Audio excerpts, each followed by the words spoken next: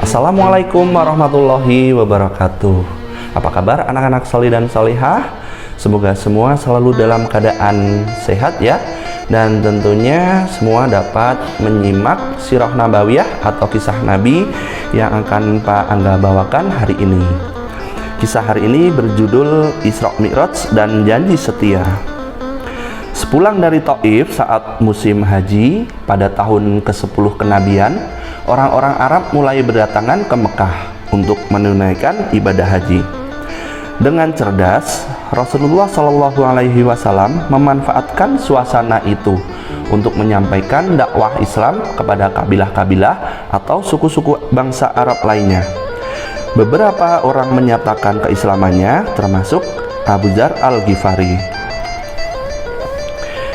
Di tengah perkembangan dakwah ini terjadilah peristiwa Isra Mi'raj.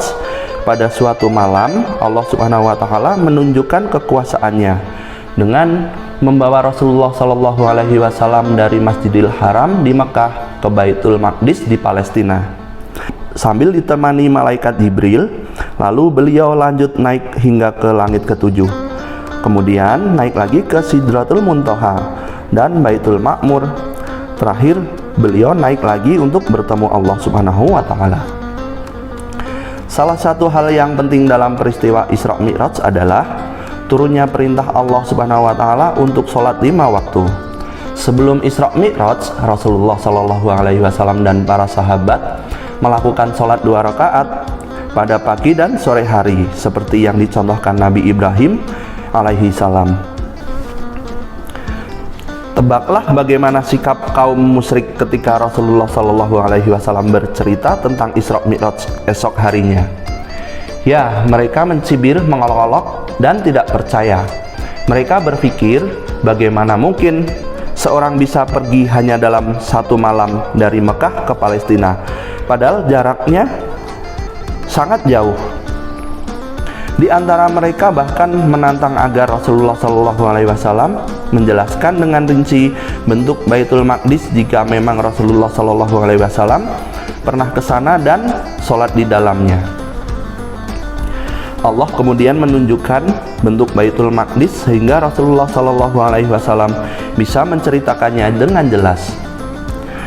Mereka tidak memahami bahwa jika Allah Subhanahu wa taala berkehendak, tidak ada sesuatu pun yang tidak mungkin. Isra Mi'raj adalah salah satu mukjizat yang Allah anugerahkan kepada Muhammad sebagai seorang nabi dan rasul Allah. Sungguh hati kaum musyrik itu telah tertutup untuk menerima kebenaran. Saat musim haji pada tahun ke-11 kenabian, dakwah Islam semakin menyebar keluar Mekah, terutama ke Yatsrib atau Madinah.